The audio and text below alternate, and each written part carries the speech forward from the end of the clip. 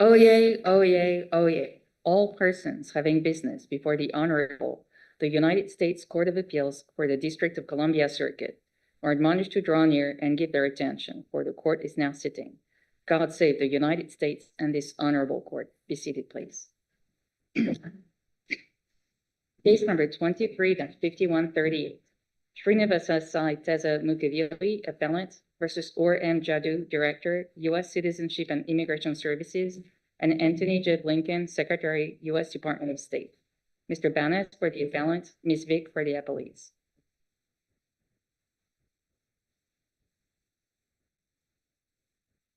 Good morning. Good morning, Your Honors, and may it please the court. My name is Brad Bannis. I represent the appellant, Mr. Mukkavilli, in this case. This court should vacate the lower court's decision because its Rule 12b analysis, 12b6 analysis engages in improper fact-finding, and it improperly says that the agency does not have a duty to make a final decision on a 485 application for adjustment of status. I want to first address what I call the retrogression argument in this case, because over the course of this case, Mr. Mukkavilli's visa was current, it retrogressed, and is now current again. I read the government. Before you get to the merits of that, if you could address the jurisdiction stripping argument that the government has made, how do we have jurisdiction to hear this case under 1252? Neither 1252 A2B. A2B. Neither provision restricts judicial or jurisdiction over inaction. You'd have to interpret the terms of either 1252 A2B1 or A2B2 to define action to mean inaction.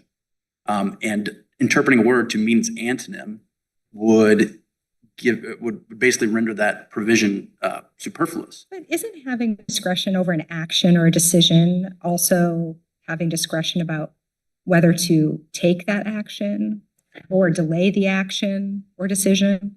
I mean, isn't that part of the discretion No, Your the Honor. government has under 1255A? No, Your Honor. They are required to make a final decision under 8 USC 1154B. They don't dispute that. They have a requirement to make a final agency action on a properly filed adjustment of status application. I would point you to a case out of the Ninth Circuit from December of 2023, identical issue. The government made the same arguments, and the Ninth Circuit did not find that either provision precluded jurisdiction. That's called Bavaria versus Blinken. Well, they may have a duty to eventually make a decision, but do they have a duty to, or an obligation to, do they have discretion about the timing of that decision? They do, as long as it remains reasonable, because the Administrative Procedure Act requires them to make a final decision within a, quote, reasonable amount of time. And again, nothing in 1252, I think the only provision that's relevant here, if we're talking about the retrogression argument, would be 1252 A2B1, because that specifically identifies actions for adjustment of status applications. If we read 1252 A2B2 to just fill in the gaps that 1252 A2B1 doesn't cover, it renders it superfluous. Well, that's one way of thinking about it, but another way of thinking about it is that decision or action has to mean something different than a judgment under 1252 A2B1. And I would suggest, Your Honor, if you interpret decision or action to mean indecision or inaction, if it means everything, it means nothing. And for that reason, Your Honor, no circuit court has agreed with the agency on this position. And I would note on this particular issue, whether there is federal jurisdiction over retrogression cases, has been decided in the Ninth Circuit. It's currently pending in the Fifth Circuit and the Eighth Circuit. We have arguments in both the Third Circuit and the First Circuit on this issue in the next month. And again, none of those circuit courts, there's only been one decision, admittedly, but none of them have seriously considered, from what I can tell, this jurisdiction stripping argument. Now, I'm sorry. Can I ask you about whether count 1 is still before us? This was the count that I think dealt with the rural visa program under the Reform Act. I didn't see any arguments about it in your opening brief. Is that kind of forfeited? Yes, Your Honor. Okay. And count 4, the government says it's gone as well. That's they used to expedite the equestrian stuff, and now they don't expedite it anymore. We did not challenge that on appeal. No, Your Honor. And then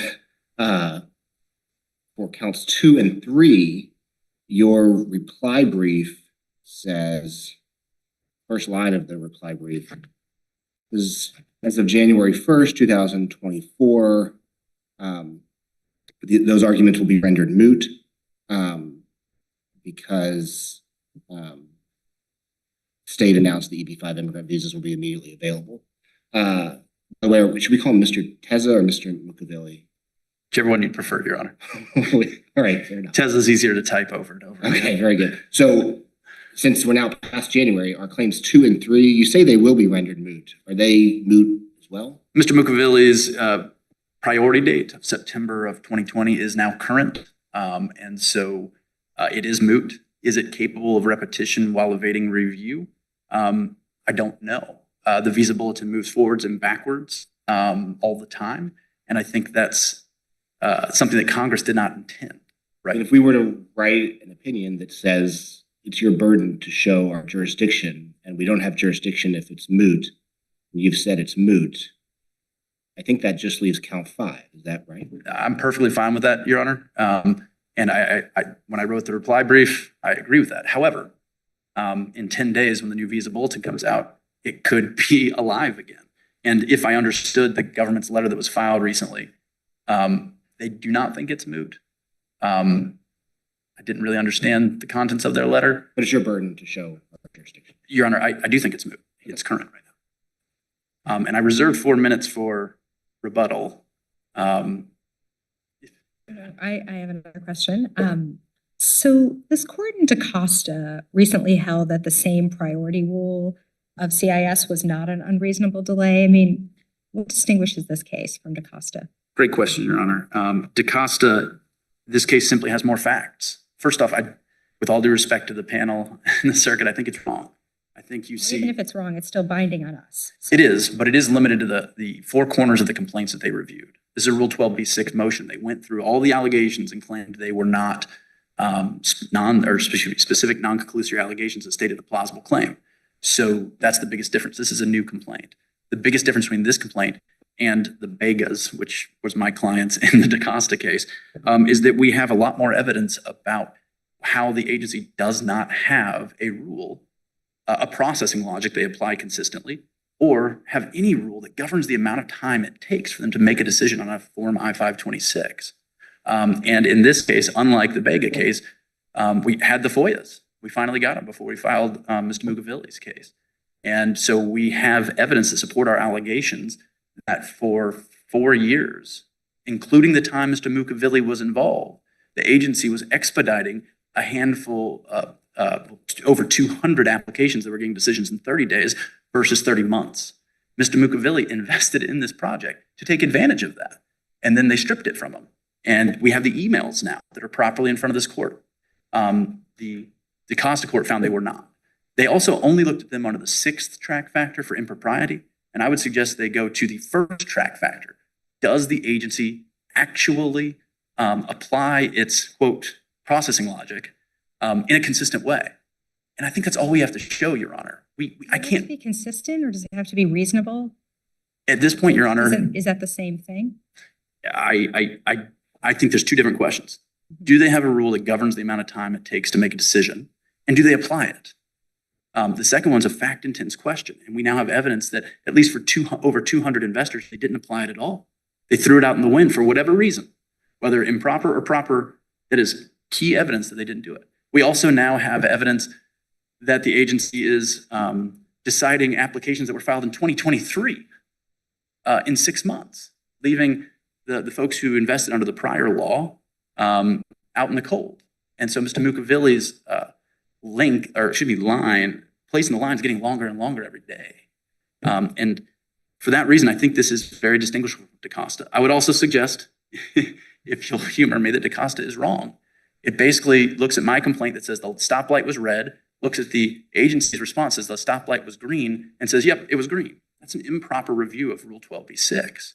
It's not a time to weigh the evidence. And I think that was the DaCosta's big error. I will also note it's caused a circuit split between this circuit, the 4th Circuit, the 6th Circuit.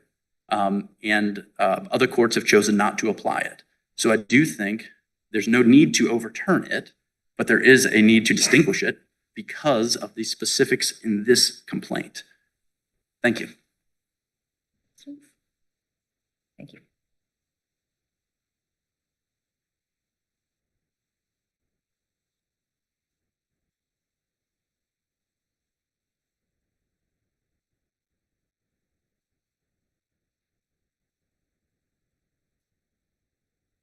Good morning, Your Honors.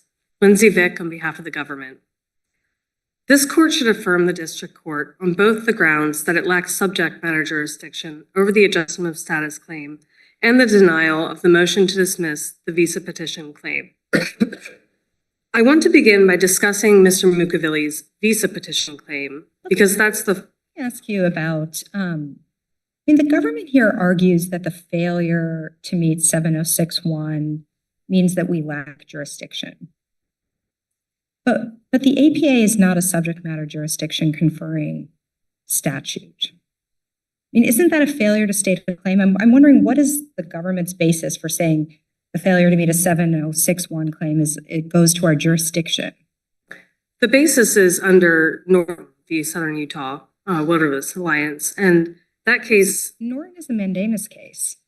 Well, Norton talks about how the unreasonable delay is under mandamus, and mandamus goes to subject matter jurisdiction. It doesn't mean the APA claim goes to subject matter jurisdiction. Correct, but Norton also talked about how mandamus claims are very similar to APA claims. Well, they're similar in their reasoning. That doesn't mean that doesn't, like, the reasoning of Norton doesn't turn the APA into a jurisdiction conferring statute. Well, I think the main point there is that you do need a discrete legal duty that the agency has violated in order to have subject matter jurisdiction over an unlawful withholding or unreasonable delay claim. Why is that a matter of subject matter jurisdiction as opposed to failure to state a claim? I'm a little surprised that the government is a little bit loose about this, both in the district court and here. I can't find any case support for the idea that a 7061, the failure to state a claim for that goes to our subject matter jurisdiction. Can you cite any cases that say that? Well, we were invited to provide supplemental briefing on Norton in the district court, and so that's why the briefing went that way there. I think our stronger subject matter jurisdiction argument, though, is that 1252 A2B1 and B2 do preclude review of the adjustment of status claims here. Just to follow up on that line of questioning, though, we have a case, PETA versus Department of Agriculture from 2015. It's a 7061 case, and it refers to that claim as, quote, non-jurisdictional. It seems like we have precedents that say 7061 claims are non-jurisdictional. It seems like you don't have any precedents that say they are jurisdictional. Am I right? I do not have anything at my fingertips at this moment. It's an important point that the government should be getting right. Whether the APA provision here goes to jurisdiction or not seems like a cross-cutting issue that... Right. Well, and I think that there are cases in this circuit that blend the mandamus and APA standards. Not with respect to jurisdiction. The standards may be similar. You have to have a discrete duty and the like, but they don't say that it's jurisdictional. I understand, Your Honor, and I think I would just say that our stronger subject matter jurisdiction argument is under 1252 A2B2 and A2B1. And you didn't raise that below, though. Excuse me? You didn't raise that below, did you? We did raise that below. You did raise it below. Yes. It wasn't briefed at length, but we did raise this below. And so... Just for clarification, on that argument, your 1252 argument, you're not arguing that bars the unreasonable delay claim, just counts 2 and 3. The unlawful withholding claims. Correct. The claims relating to the adjustment of status. And that is because 1252 A2B1 is clear that it precludes review of any judgment regarding the granting of relief. And that covers when and how adjustment of status is determined, how those applications are adjudicated, and when a visa number attaches. And I think before getting too far into those arguments, it would be helpful to explain the visa number process. And what could have happened if Mr. Mukkavilli had been given a visa number when he applied, but then was later denied. So first, USCIS approves the visa petition. Then second, USCIS reviews the adjustment of status application and determines whether there are any bars to eligibility or inadmissibility. And then third, they decide whether to exercise their discretion and grant the application. Fourth, once that's completed, USCIS looks to the visa bulletin, and if a visa number is available, they send a request to the State Department for a visa number. At that point, an officer proceeds to approval, and then state reduces by one the visa I numbers think in we're that. familiar with the process for your briefing, but so in the government's view, what is the judgment here that's within the discretion of CIS? Is it the judgment about the timing about processing? Is it the government's position? I mean, the briefing is a little loose about this. I mean, is the thing that's within the discretion whether to make a decision at all or whether to make a decision in a certain amount of time? The judgment is wrapped up in that process that I was just describing. So The timing or whether to make a decision at all? it goes to whether to make a decision at all and the timing. And that is because if at the step where they found a visa was not available, then they would not move forward with approval. And so in the case, the way Mr. Mukkavilli argues it, if he had been issued the visa number at the time he filed, and then it was later not available, then at the time he would have that visa number from that fiscal year that it was issued. And then if it's later denied, that visa number is lost because it cannot roll over into the other EB categories, which it normally would if it had not been wasted. And so, so the discretionary decision here is the decision of when and how to make this adjustment of status approvals. You know where Mr. Teza is now in that process? He has a pending 526 petition. His visa petition remains pending, and his adjustment of status application also remains pending. And importantly there, the agency will not approve an adjustment of status application without an approved visa petition. That is one of the core eligibility requirements to adjustment of status. So can you address the unreasonable delay claim? And in particular, I think the plaintiff's argument is that the one distinction from DaCosta is that they have more evidence that the government's not actually following its stated processing logic. Can you just give us your response to that? Yes, Your Honor. And so the visa availability analysis changed only slightly since DaCosta, and I believe that the DaCosta court was informed about the change prior to the decision, but they still follow the visa availability approach with an efficiency adjustment, and that efficiency adjustment was made to the third queue where visas are available and projects have been reviewed, and they're working through the backlog by bundling certain petitions. And in the briefing in DaCosta and in this case, my friend on the other side has made similar arguments that there is no line and that USCIS just picks petitions out of a pile and decides them. And obviously that is a more negative spin on what's going on, but it doesn't necessarily contradict what the agency is doing because it is not doing a straight FIFO first in, first out approach. It is dividing the petitions based on visa availability, based on whether the review project has been reviewed, and then dividing them into workflows. And so the agency has been very clear on its websites, provides a lot of updates, provides a lot of detailed question and answer sessions about this complex approach that it uses for these complex petitions. Vic, for the unlawful withholding claim, the government argues that the agency isn't legally required to take this action in a certain amount of time. But with respect to the unreasonable delay claim, is the government making that same threshold argument? We do not make... Because that argument is the first argument of an unreasonable delay claim as well. Correct, yes. And in the context of the visa petitions, we have not generally made that claim. I understand the district court below thought that there was a persuasive argument to be made that there is no duty, but the visa petition is governed by a very different statute that contains very different language and doesn't have the same very strong discretionary language that the adjustment of status statute has. So we don't. So the government is solely relying on the track factors. Correct. That's not correct. the threshold. You're conceding that there's a legal obligation. I don't know that we want to concede it, but we haven't pressed the argument. In DaCosta, we did not press the argument there.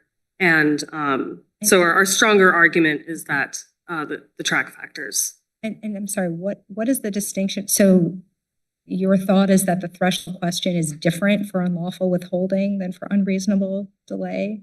That there's a different legal framework? I mean, isn't it the same question about whether the government is required to take this action within a certain amount of time? Correct. You need to have a duty to do something in order to then delay it. Shouldn't the argument be the same in both contexts, that there is no duty? Well, that's not the way we've decided to argue these types of claims. And again, we think it's because the statute that applies to 526 petitions is much more detailed and could be construed to create a duty. But again, it's not something that I have briefed or that we have briefed in other cases. So I don't want to concede it, but it's not an argument that we have pressed here. That's one more. You may have been going here earlier, but in DaCosta, at the very end of that opinion, our court was pretty harsh in reprimanding the government for not being clear about the EB-5 process.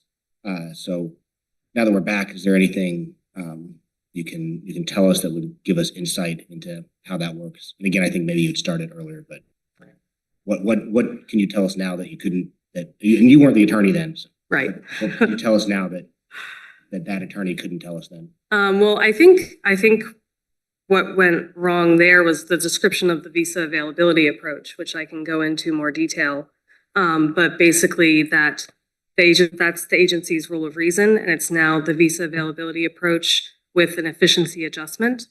Is where you don't review the applications first come, first serve if the applicant is from a country that's already filled the 7%. Right. So it divides the petitions into 3 workflows. And so queue number 1 is for petitions where there's no visa available. Queue number 2 is where a visa is available, but the underlying project hasn't been reviewed. And the third queue is for where there's a visa available and the project has been reviewed. And then it has decided with the efficiency adjustment to bundle petitions that were filed prior to November 30th, 2019, earliest filed petition in that grouping. And that was because prior to November 30th, 2019, there was a crush of applications because there was about to be a new rule that raised the minimum investment amount. So a lot of people got applications in prior to November 30th. Thank you. Okay, thank you, Your Honors. And I ask that you affirm the ruling of the district court.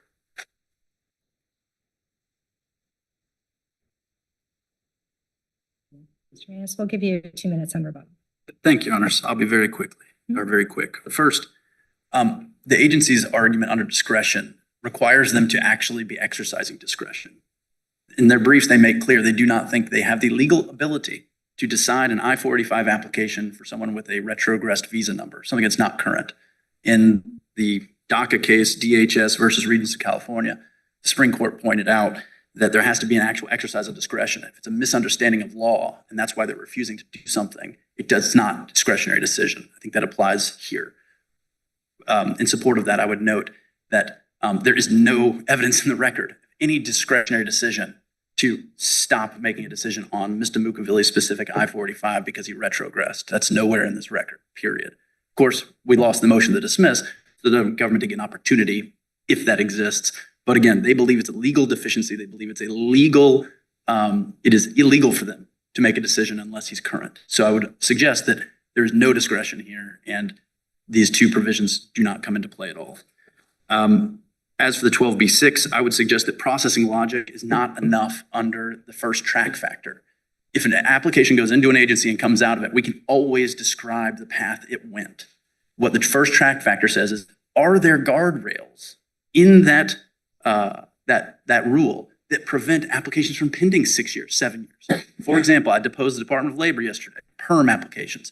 If an application goes more than 1 month after being assigned, it falls onto another list. It's caught up in a search, and they point that out and give it to the adjudicators to do the next week. That is something that governs the amount of time it takes to make a decision. There's none of that in the 526 context. There's nothing that prevents an application from pending 8, 9 years. No guardrails. That means there's no rule of reason, regardless of whether we can describe how the application goes from the mail to a final decision 5 years later. And that's why we would ask this court to vacate the lower court's decision and let us finish our case. Thank you, Your Honors. Thank you. Submitted.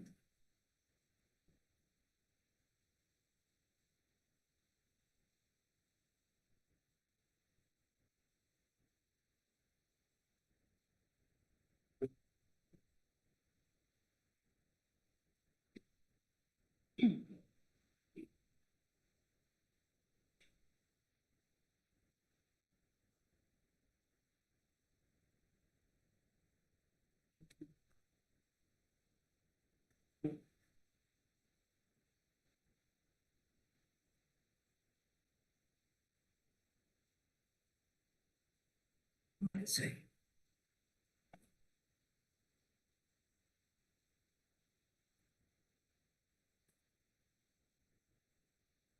Case number 20-1187 et al. Beyond Nuclear Inc. Petitioner versus U.S. Nuclear Regulatory Commission and United States of America. Ms. Curran for the petitioner Beyond Nuclear, Mr. Taylor for the petitioners Don't Waste Michigan and the Sierra Club, Mr. Canner for the petitioner Fasken, Mr. Averback for the federal respondents, Mr. Clements, amicus curiae for the Nuclear Energy Institute, Ms. Leidig for the respondent intervener Holtec. Morning. Good morning. My name is Diane Curran. I represent petitioner Beyond Nuclear. I'd like to save 2 minutes for rebuttal. This appeal presents a clear case of agency overreach that is redressable by a simple act by this court to sever unlawful language from Holtec's license application as approved by the NRC. At page 32 of its brief, the NRC says, quote, "The entire point of a licensing proceeding is to ensure that any license is consistent with applicable law," close quote. Instead of using its licensing proceeding to ensure that Holtec's operation would comply with the Nuclear Waste Policy Act, the NRC decided for itself how that law might change in the future and granted Holtec a permit to carry out that made-up law. The NRC, I'm sorry. If the application had just said Holtec will be permitted to take title to whether Holtec will be able to store commercial reactor waste, instead of referring to privately owned or DOE owned. So I didn't say this very clearly. I think the application referred to DOE owned and privately owned waste. Correct. What if it had just referred to commercial reactor waste? That would have been consistent with the Atomic Energy Act. Okay, and my understanding, and I understand this wasn't part of the record when the decision was made, so I take that point. But my understanding is that the license itself does only refer to commercial reactor waste. It never once mentions DOE. Well, Is that right? Well, the NRC in the licensing decision approved the application with the intent that Holtec, their decision approved Holtec's ultimate ability to store federally owned spent fuel if the law changed. But I guess my question is, shouldn't it matter that the license itself makes no reference to DOE owned waste? The NRC clearly stated that they intended not for the license activity includes what's also approved in the NRC's adjudicatory decision. It's not just what's in the four corners of the license, which is not part of the record of the case. I understand that. You said earlier if the application had just referred to commercial reactor waste, then the application would have been okay. Yes. Well, and then we end up with a license that licenses exactly what you said would have been okay to apply for. The license always also says that the operation can operate, the licensee can operate in compliance with what was in its application. That is also in the license. And in the application are a number of provisions that contemplate storage of federally owned spent fuel. I appreciate that. Is one of your concerns that the license or the application would permit Holtec to store foreign waste or non-commercial reactor waste, like from Navy ships? Or is that not something you're worried about? We're concerned about the issue of there's quite a bit of spent fuel that could be stored at this facility. The NRC seems to be contemplating some event where the NRC would say, the government, the Congress would say, we're going to take title for all this commercial spent fuel, which is the Nuclear Waste Policy Act's intention ultimately when there's a repository. And they're jumping the gun, effectively saying, What if the Department of Defense made a contract with the construction company to build a hangar for planes, and it said the hangar should be able to accommodate the B-21 or 5 smaller planes? And there's a statute that says the Department of Defense is not allowed to purchase B-21s. Do you think that the contract between the Department of Defense and the construction company would be contrary to law just because it refers to a hangar that can accommodate B-21s? well, a contract or a permit has to be enforceable on its terms. If this was the NRC, that's the PFS case, 52 NRC at 34 that's cited in our brief. And this is consistent with the Administrative Procedure Act. A contract or a license isn't supposed to have conditions that people can't understand now or figure out what it means. Hypothetical contract, is that A hypothetical, yeah, a contract would, in this case, would be analogous to the permit, which is, it gives Holtec some rights for what they can I'm just do. asking, in my hypothetical, do you think the contract is contrary to law? Is a contract? It appears to be, yes. Ms. Curry, let me ask you, so procedurally, Beyond Nuclear was denied the ability to intervene. And so you can't challenge the license itself. You can only challenge the denial of your request to intervene. Isn't that correct? That's right. When we request a hearing, it has to be based on the application. We have to raise a dispute with the application.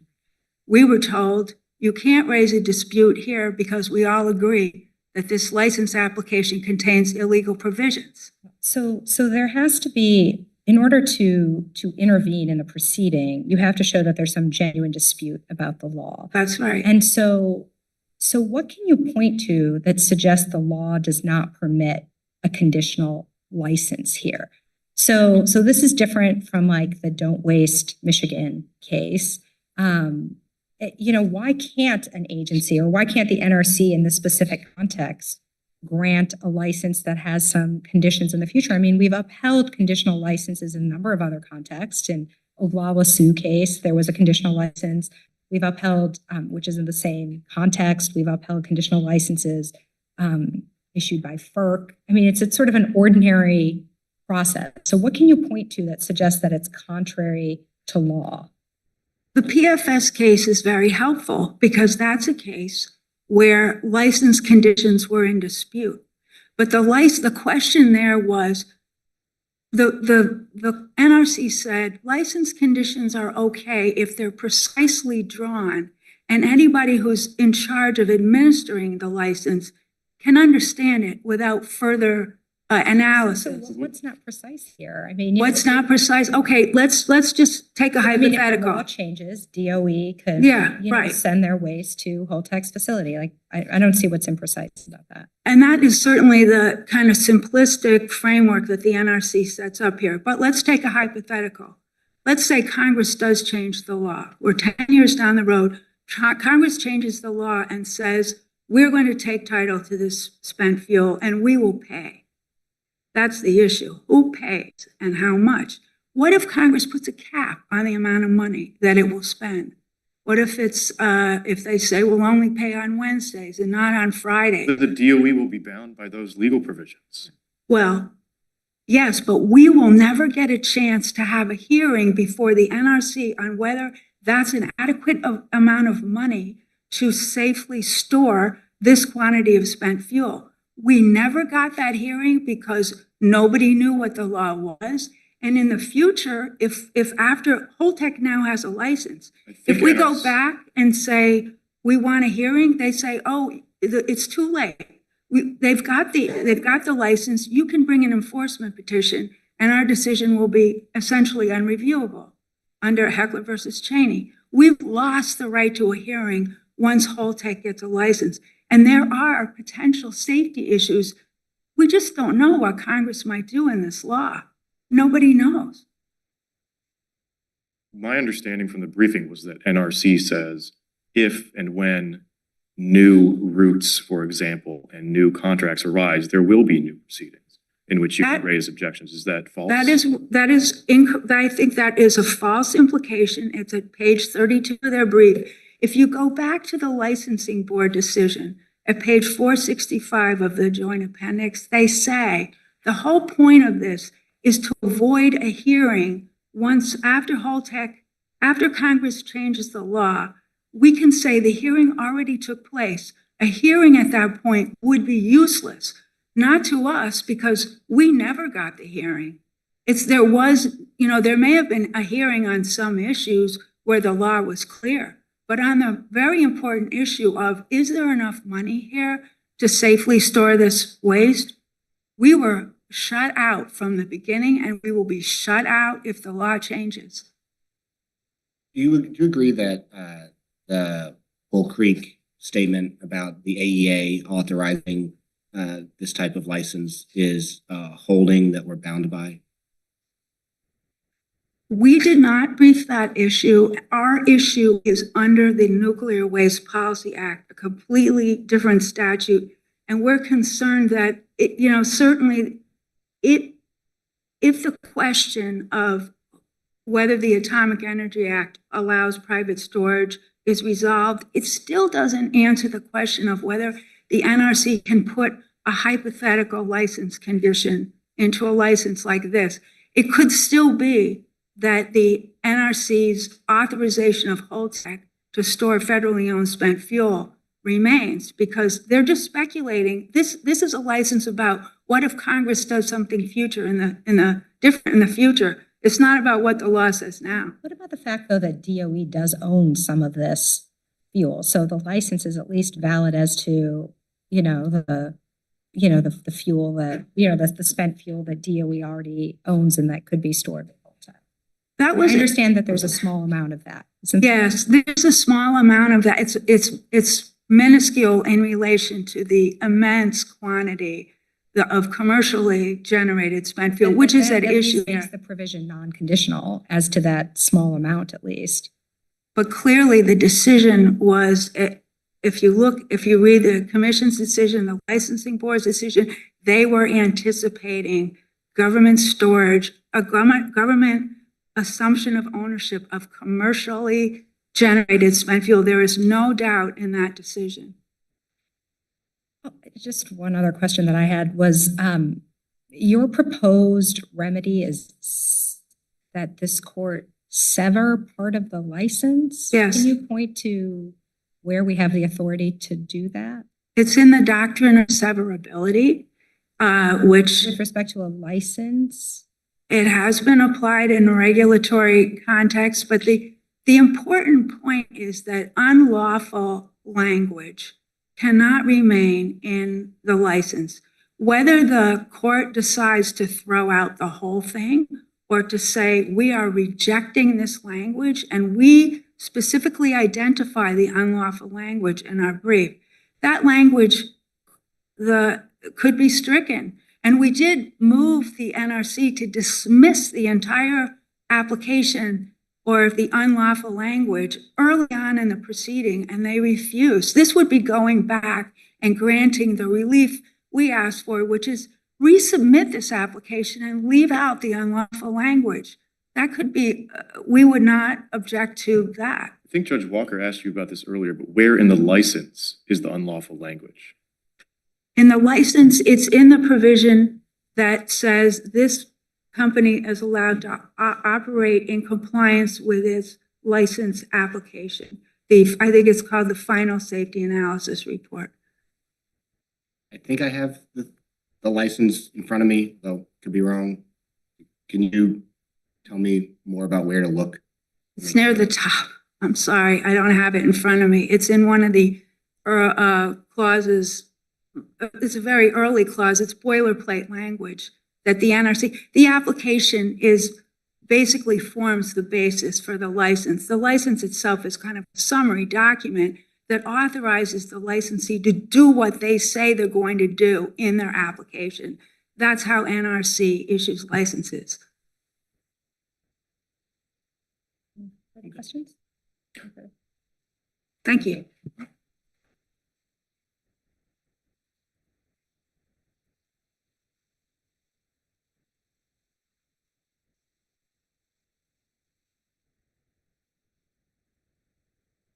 Good morning, I'm Wally Taylor. I represent several petitioners who sought to intervene in this proceeding and submitted several contentions. All of those contentions were denied. Because the NRC violated its own contention admissibility standard. The Commission has repeatedly, with their agency decisions, said basically that all the petitioner has to do to present an admissible contention is to just raise factual issues and not just conclusory statements or vague allegations. And we did that with detailed factual statements, citing to the whole tech documents, and presenting expert testimony. Mr. Taylor, it has to be, under the NRC's rules, it has to be information that was previously unavailable. So can you speak to how the information, Fasken presented was previously unavailable? I'm not sure that that's the standard for the initial contentions. That's something that would be necessary to Isn't that part of amend the contention, or? Isn't that part of the good cause requirement for a new contention? I'm sorry? Isn't that part of the good cause requirement for a new contention to be raised? But we aren't arguing new contentions. We're arguing our original contentions were not admitted because the NRC looked at the contentions in a manner that would be appropriate for determining the facts at a hearing, but not determining whether or not we had made the initial the presentation to just raise the factual issues. I would compare the I admission. apologize. Can I ask a very basic question? Sure. Are you representing Fasken or the environmental petitioners? Sorry. The environmental petitioners. Oh, Okay. I'm sorry. Sorry. In that- Now I understand. No, I'm sorry. Can I There's so direct many- you? There's so many parties here. I'm sorry. As we go. Yeah. So in your I wondered where we were going with Yeah, it. no. I'll ask Fasken that question. Counsel, in your opening brief, you raised this argument about Bull Creek that we shouldn't look at to it, or it can be distinguished somehow. The commission says you did not raise that before the commission, and therefore that it was forfeited. And I think you didn't contest that in your reply brief. I'm just trying to figure out if you're conceding that that issue is not properly presented, or if you have some counter on that. Well, the reason we put it in our initial brief was in anticipation that the NRC would say, well, even if the Nuclear Waste Policy Act doesn't give us the authority, the Atomic Energy Act does. So that's why we put it in our brief, and the NRC presented some extensive That response. question is just whether there's any authority to license private away from reactor storage at all, right? And that is a distinct argument from the argument that Beyond Nuclear was raised. Sure, And it's sure. my understanding that that was not exhausted before Right. the agency. You agree with that? Yes. Okay. Yeah, yeah. Can I ask you, you have a lot of, Sierra Club and Don't Waste Michigan have a lot of contentions. And if you had to pick one, what is your strongest contention? I think the strongest contention is, several contentions that involve the geology and groundwater, which we put, I think, in issue 4 in our brief. The contention regarding earthquakes, we relied on a recent, at that time at least, study by Stanford University that the oil and gas industry in doing the fracking had induced earthquakes, and that was at or near the Holtec site. And the NRC responded that, well, that was new information, but they could have supplemented or revised their environmental report. In fact, they did that 5 times. I thought that NRC considered the 2016 government data and the 2018 Stanford data and explained how the Stanford data was compatible with the government data. Well, the Stanford data. Did they do that? What I just said? Yeah, the Stanford data was more recent, at least at that time. And certainly the more recent data, taking into account the increased fracking activity, made the earthquake potential greater.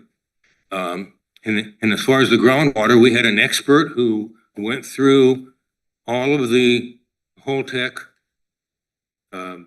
documentation, pointed out exactly where he felt it was insufficient or incorrect. My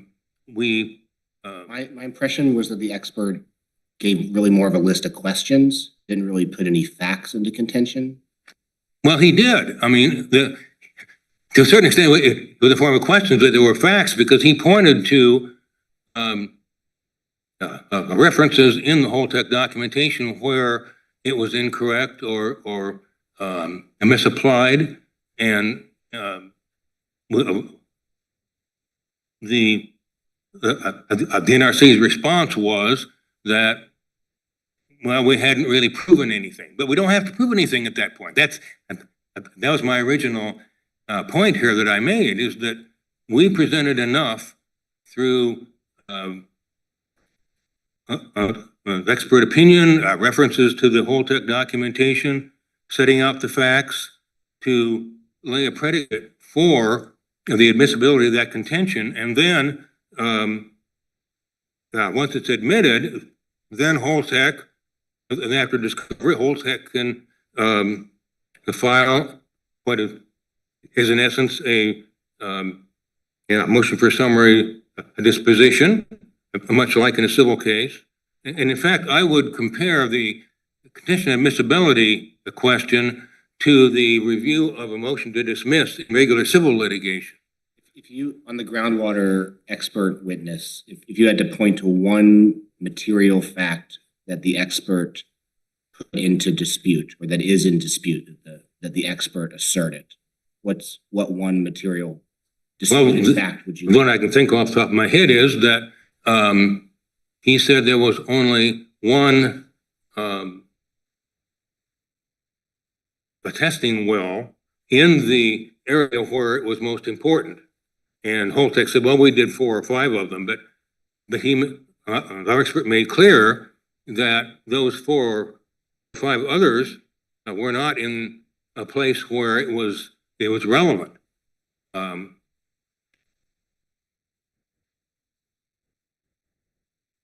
So I think, do you have a question? Oh, my time is up. I'm sorry. Yes, thank you.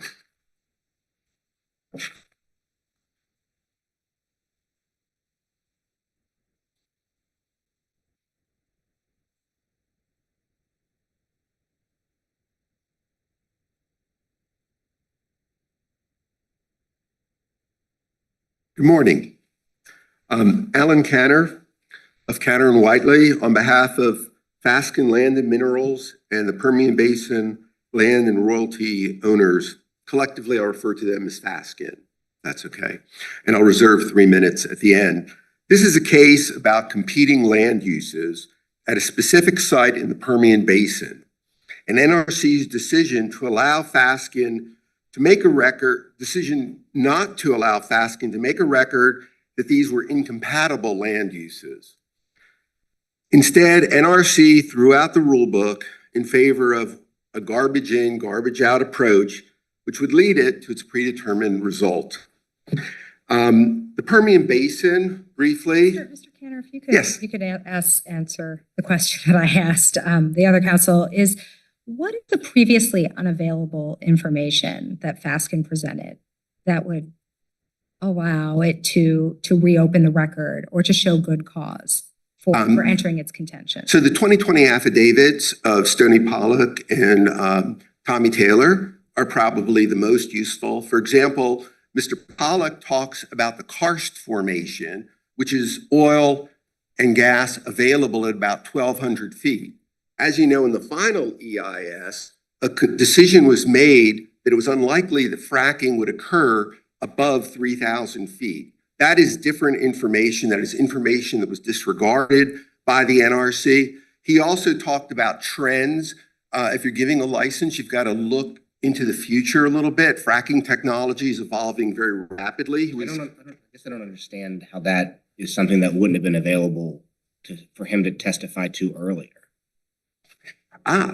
Good question. That's because Holtec lied and filed an incomplete application, inaccurate, incomplete, contrary to NRC rules. Specifically, they said that by agreements, they had control of the land. So in other words, when you say you have agreements with third parties, what you're telling Fasken, who doesn't know this is a lie, is that you've contacted all their mineral lessees, and you've also talked to the state regulatory authorities, the state land office, for example, because what they said is there'll be no drilling above 5,000 feet. That's a lie. We know it's a lie because the final EIS says that there is no control. The DEIS. Regardless of what Holtec said or didn't say, it seems like an assertion that fracking technology evolves is not something that was unknowable back when Fasken first had an opportunity to submit information. But to what extent would it matter if they had total control of all activities there? I mean, what would the contention have been? Because there was no, one of the things I said this was a lie, and I also said it was incomplete. They went through about 10 iterations of their application, and it was kind of a moving target through the whole thing. But if somebody says that we control by agreement all of this, then what's the materiality of the changing technology? Only when the land office said it was a lie, Okay, fair enough. we acted immediately. A couple of different things. In your opening brief in the second footnote, you say that this appeal is moot after the Fifth Circuit's decision. This is similar to a question I asked one of the parties in the previous case, but I mean, if it's moot, then don't we lack jurisdiction to consider your petition? Currently, it would be moot because the Fifth Circuit ruled on the merits in the ISP case. However, it's not a final decision. They've asked for a rehearing of the matter, but the NRC told the Fifth Circuit that the Holtec case was on all fours with the ISP case. And that was the sense in which I meant it was moot. It wasn't materially different. I mean, Has something changed? I mean, you're saying that the Circuit's decision to go en banc has taken it from being moot to not moot? It's not clear if they're going to take it or not. I'm trying to be honest and just say it's up in the air in that sense. So it's your job to show jurisdiction. We don't have jurisdiction if your petition is moot, and you've said your petition is moot. So kind of putting 2 + 2 = 4, it seems like you haven't shown jurisdiction. I believe that jurisdiction has really not been disputed.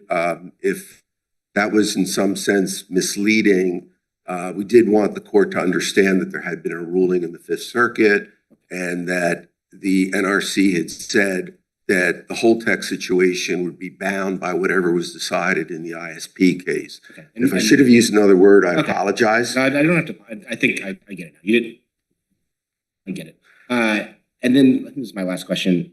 The NRC found that even if your contentions were true, they weren't material enough to justify reopening the record. And I'm sure you disagree with that, but where in your opening brief do you explain why that conclusion was wrong?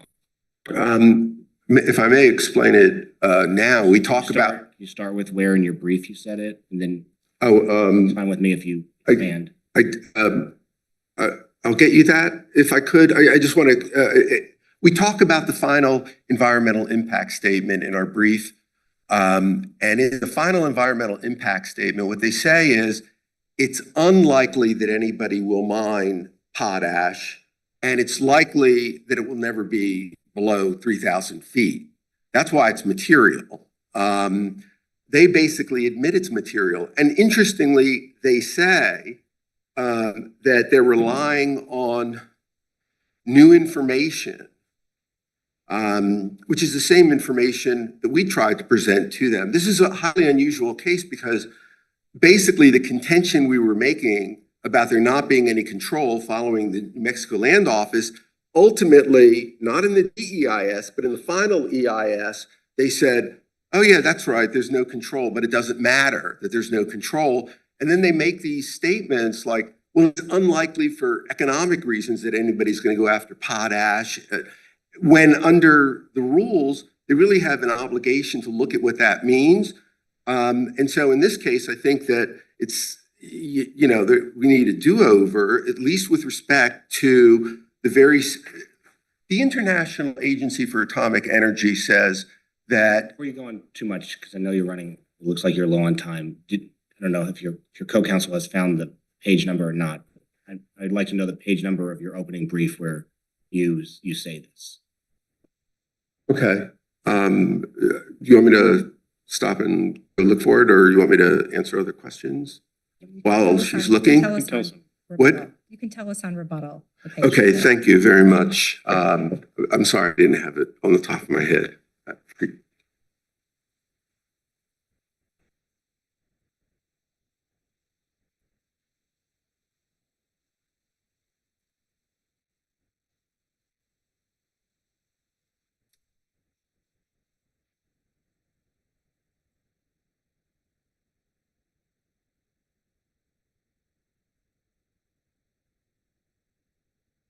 Good morning. May it please the court, my name is Andrew Averbach from the United States Nuclear Regulatory Commission. I appear on behalf of the federal respondents. I'm prepared to answer questions about the arguments that each of the petitioners have made, but I'd like to focus my time on the assertion that the agency lacks statutory authority under the Atomic Energy Act to issue licenses for the away from reactor storage of spent nuclear fuel. That argument fails for three independent reasons. First, the argument was not presented to the commission and therefore has been forfeited. Second, the argument is precluded by this court's holding in Bull Creek versus NRC. And third, the argument fails on the merits. The Atomic Energy Act confers authority on the commission by its plain language to issue licenses to private parties for the away from reactor storage of spent fuel. In fact, it does both. It confers authority on the agency to issue licenses both at reactors and away from reactors. I'd be grateful if you could start there. What's the specific statutory provision that gives you the authority to do a license like this?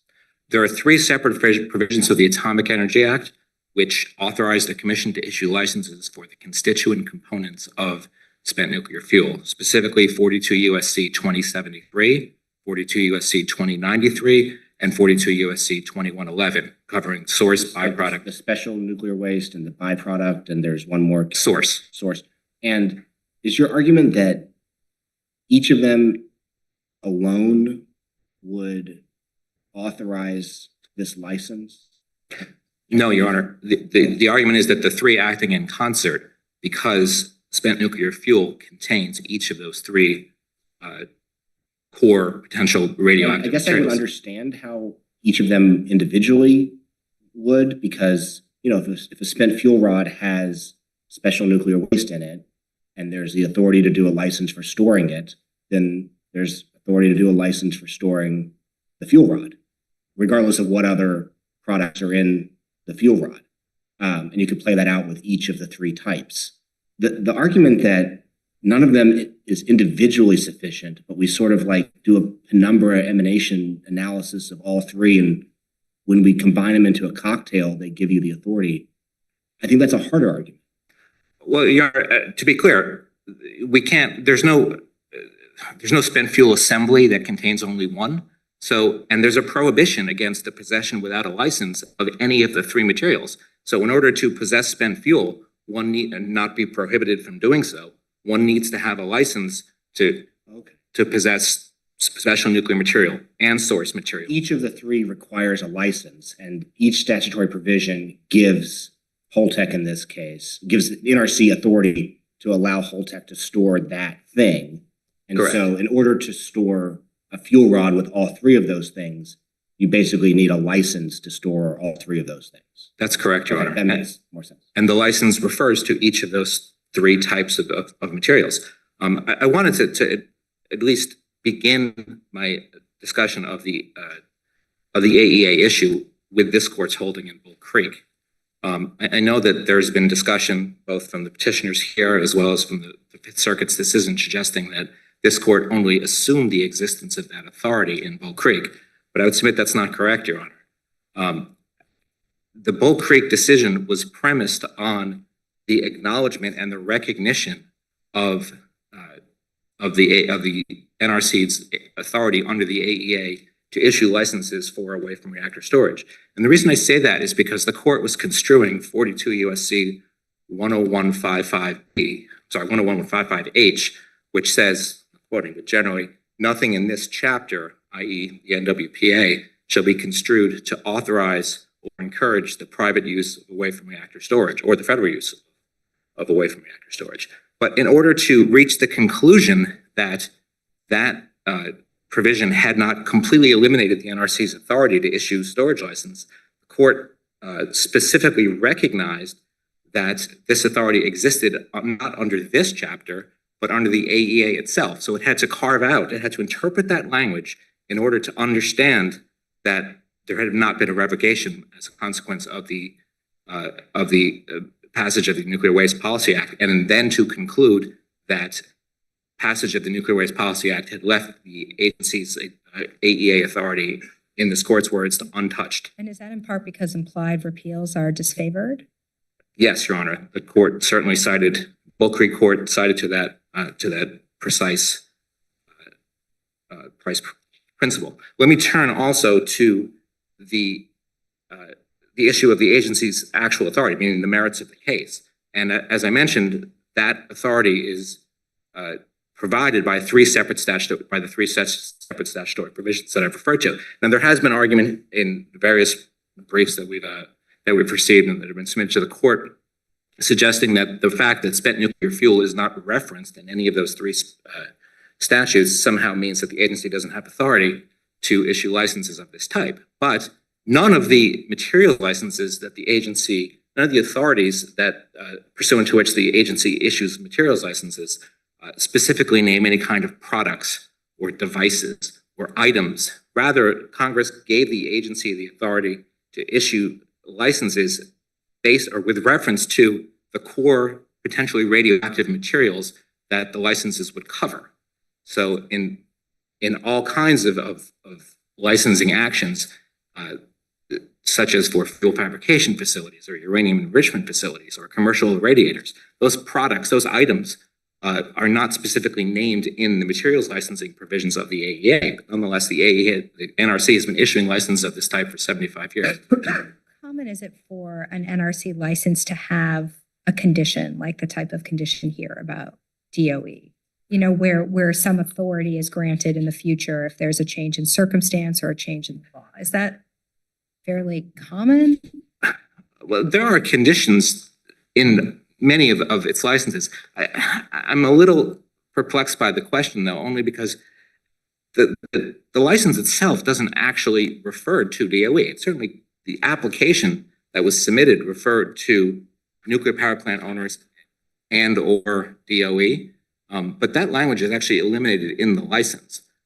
So Was it the NRC's position that if the law changed, Holtec couldn't take material from DOE? if the law changed, Like if Congress changed the law to allow that, is that not within the license? Your Honor, if Congress were to change it and all other aspects of the fuel were covered by the license, such as that it satisfied the host of safety requirements that are incorporated into the license, then there would not be any particular prohibition against storing this DOE title, fuel to which DOE has acquired title. But we're not at that point. Holtec has made a representation to the NRC that as long as that remains illegal, that it won't do it. And in the event that it tried to, there would be adequate remedies in order to prevent that from happening. And is that true only for commercial reactor waste? Well, the license, this particular license is for the storage of commercial waste. If Your Honor is referring to defense waste, I think that's beyond the scope of the license. What would be those mechanisms? I mean, Ms. Curran said for Beyond Nuclear that there would be no way to challenge this in the future. Is that Well, first of all, the Commission's view of that? a couple points. First, the Commission could take action as against its licensee in order to enforce the representations that were made to it during the licensing process. Second, I think that if the Department of Energy were to accept fuel that was deemed to be an illegal transfer of title, then there would be action as against the Department of Energy pursuant to either the APA or the Nuclear Waste Policy Act or potentially under the Hobbs Act. I mean, there are a variety of different vehicles that might be employed to do that. But certainly, the agency would hold the licensee responsible for violating representations it made during the course of the licensing proceeding. And those representations the NRC considers to be binding, much as if this court instructed me on behalf of the NRC to notify the court or And if to the NRC not take. took no enforcement action, is there any recourse to petitioners? As against the NRC? Well, counsel mentioned what's referred to as a citizen petition or a petition pursuant to 10 CFR 2.206, which asks the agency to take action as against the licensee to suspend or modify or amend the license in the event of identification of some form of safety issue. But declining to enforce would not be judicially reviewable. Well, Your Honor, You're a heckler. there are two separate questions about that. One, there's jurisdiction under the Supreme Court's decision in Lorien. There is a presumption of unreviewability for prosecutorial discretion types that you're referencing in Heckler v. Cheney, but it's not an insurmountable task. I recognize that it takes a showing of an abdication of authority or something to that effect, but we have seen litigation challenging the Commission's denials of 2206 petitions, and we're forced to defend them on the merits. The only other point I'd like to make. Can I just follow up on that issue? So at a sort of a first level, I understand your argument to be that this is a license to hold a particular type of waste. And this is what the Commission says on page 465 of the appendix, is essentially, it doesn't matter who the waste comes from. It matters that we've approved this site with these practices and, at this location to store this type of waste. Is everything I've said so far correct? Yes, and without overstating, yes, Your Honor, it is correct. Right. Without overstating or oversimplifying, the Commission's focus is on the safety of the storage of the fuel. I don't want to minimize the issue that's been raising here by suggesting that it's a paperwork issue, but fundamentally, the owner of the fuel is not a consideration that the agency needs to take into account in determining whether or not the storage of the fuel is safe. Right. So the hypothetical, I think they spun out, I'm not sure this was in their brief, but it was if Congress in the future allows DOE to store this type of fuel with a private company, but imposes funding restrictions that might hypothetically mean Holtec can't get enough money to follow what it promised to do in the license, that would raise a practical concern. And it seems to me that would raise a practical concern if there was no way for them or the commission to challenge and enforce the license against Holtec. It seems to me like your answer is the commission would enforce. Recognizing that it's not, certainly the commission would, well, I didn't quite catch the last part. Your position is if they didn't have enough money, DOE funding, to comply with the license, then they would just be violating the license and the commission would take whatever Absolutely. it has to enforce the license. Absolutely. And I would note too that the commission's oversight over licensees is certainly informed by citizen petitions that might come in, but also by its ongoing enforcement of regulatory requirements. And on a yearly basis, the agency makes sure that there is adequate funding in place, for example, to support to provide for decommissioning in the event that decommissioning becomes necessary. So it's not as though the agency simply closes the book on its oversight of the financial arrangements of the facility. And were there to be a meaningful change in the conditions such that what had previously happened with respect to privately titled fuel might no longer be applicable, that would certainly provide an impetus for the agency to investigate further and to oversee ongoing activities. But it's not as extreme.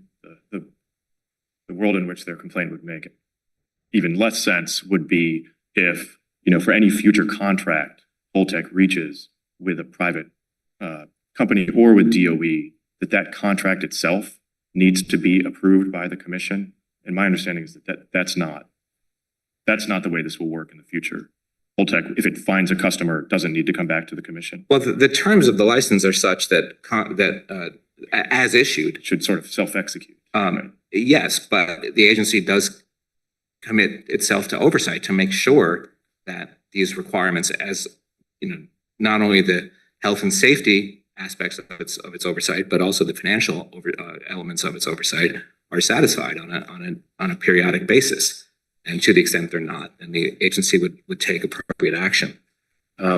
You could have I think you could have said, for environmental effects, we've evaluated this fuel and it doesn't matter who owns it, private or DOE. But I think instead you said we've evaluated, we've done the environmental evaluation for privately owned and for DOE owned. But there isn't much DOE owned. So I'm not sure what you meant by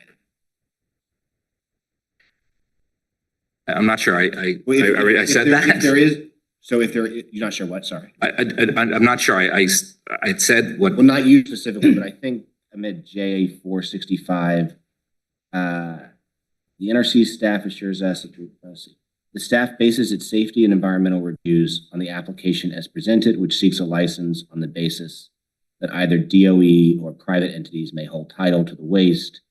So it seems like you're assuring us that you're reviewing the application in light of both possibilities.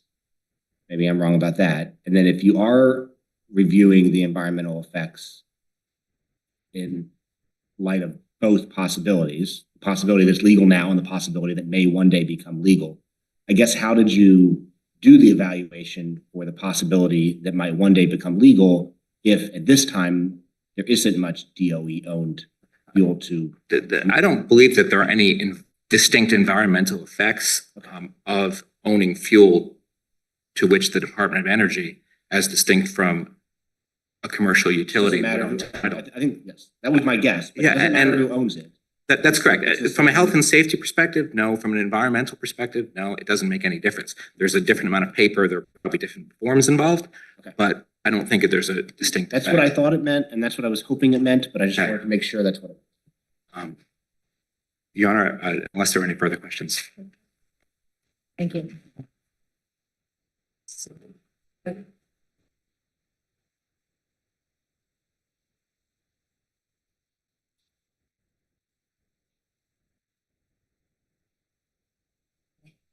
Good morning, Your Honors. May it please the court, Paul Clement for the amicus NEI. I'm going to focus on the two issues that we focused on in our amicus brief. The first of that is this question about the status of Bull Creek, and whether the Atomic Energy Act provides the authority for offsite storage. That issue is incredibly important to my clients. But as I understand where we are in the case right now, it's been forfeited twice over.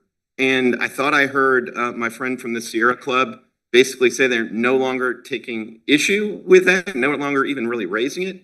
So as much as my clients would love a full-throated re-endorsement of the holding, which was in fact a holding, unless the court has any questions. I mean, it just seems like there's not too much to say about that issue. So maybe then I'll turn to the second issue we addressed in the brief, which is the beyond nuclear argument that somehow the sort of disjunctive reference to the possibility of DOE taking title somehow makes this whole process unlawful.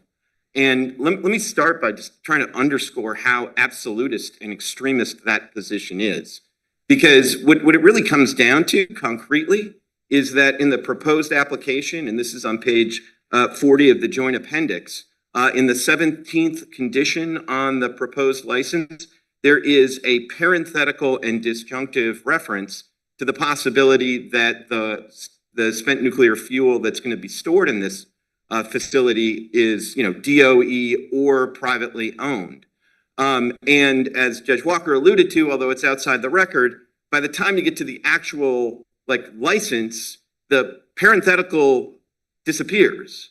And of course, that makes sense because the parenthetical is actually not even particularly necessary to anything. It's like, if you were thinking about like a pedestrian example, like licensing a bar, and it said that, we'll have a capacity for 200 lawful patrons, and then it said 18 or 21.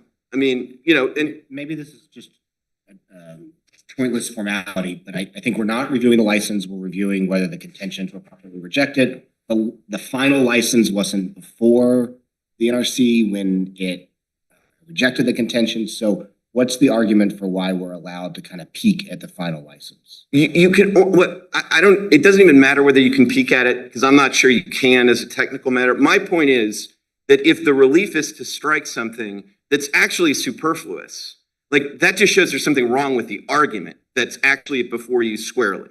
And so that's why I'm pointing to what is in the joint appendix, which is in the record, and it shows you that this is just it's a disjunctive parenthetical. And the reason it can be in a parenthetical is because it doesn't really matter for purposes of this whole licensing process who has title to the spent nuclear fuel. And maybe this will help kind of clarify. But does that mean, it is a consequence of that argument that if could Holtec eventually, if it became lawful, take DOE titled waste? Yes, it could, under the proposed license, under the licensed as issue. And just to make clear, And why would that be? Because you're relying on the fact that it's not even in the final license. No, but what's not in the final is the parenthetical. There's still this condition that you have to have a contract with somebody who has spent nuclear fuel.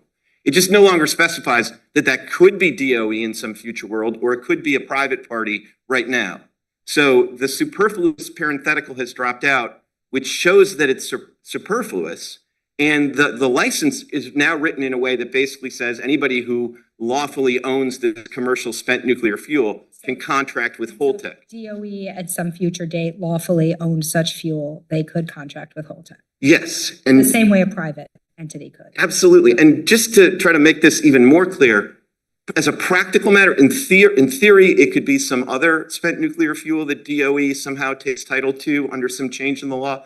But what we're really talking about is the exact same spent nuclear fuel that is currently in, on-site storage facilities, including at decommissioned sites.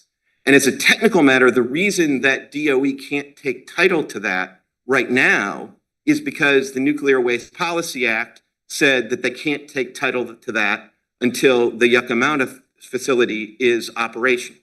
So we have this, unusual situation now where, the federal government is essentially paying for the storage of this spent nuclear fuel because of decisions that have said other provisions in the act mean that as of 1998, the federal government is basically on the hook for the storage costs, but they can't take title under the law as it currently stands.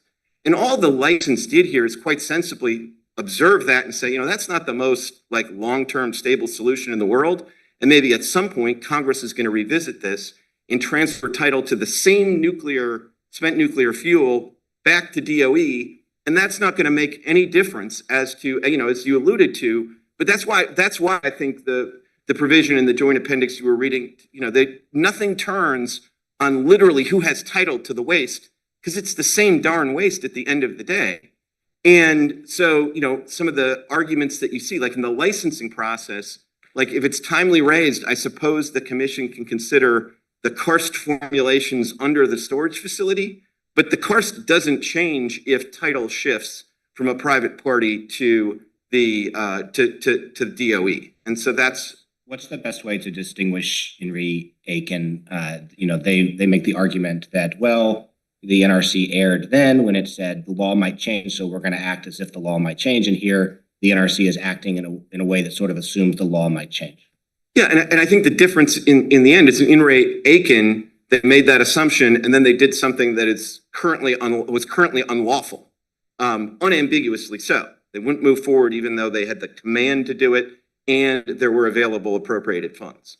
So with all due respect to my friend, I can understand why this court, issued a mandamus there, but this situation is nothing like that. I mean, and this situation is very much like your hypothetical about the hangar, where it's actually kind of sensible government to say, all right, we're building a facility.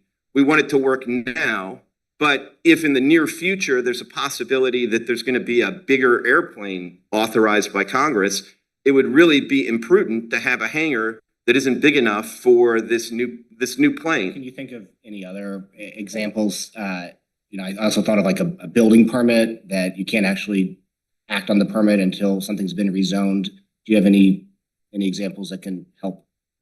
I don't know that I have any other sort of examples that help. What I would say is two things. One, I think this is the easy case because this isn't a situation where the only thing that the license is designed for is currently not authorized by law. I would say even in that case, there's not an APA problem with that kind of conditional license.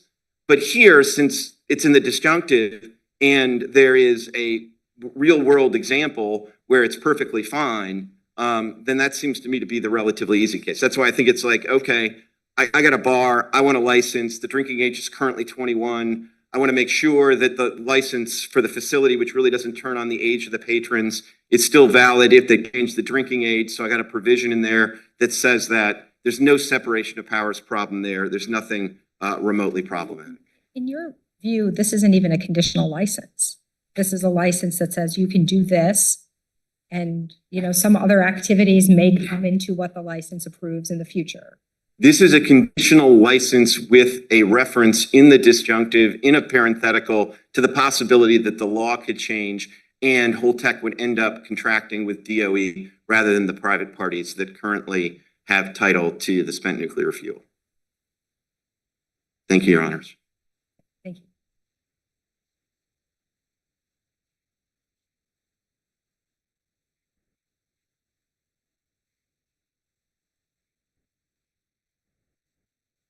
May it please the court, my name is Ann Leidick from Pillsbury Winthrop Shaw Pittman, representing Intervenor Holtec International.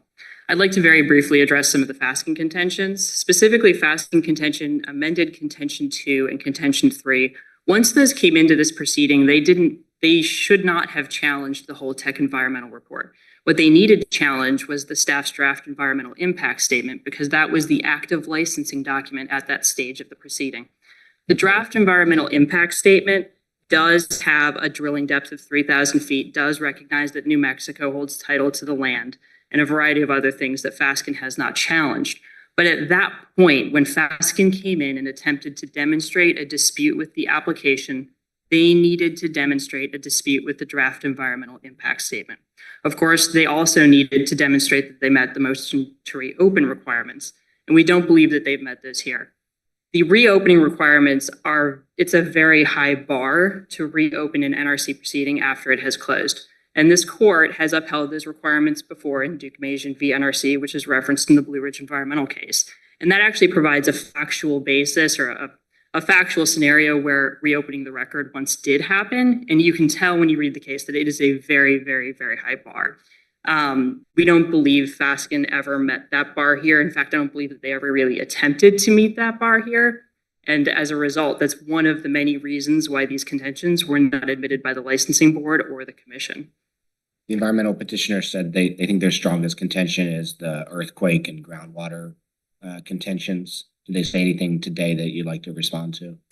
No, I believe that the judges have read it correctly. The earthquake contention was rejected because the Stanford report did not actually dispute the content of the application. If you go and look at the application on pages 407 to 408 of the joint appendix, you'll see a description of fracking and the impact on earthquakes in the region. It specifies actually where the earthquakes are happening.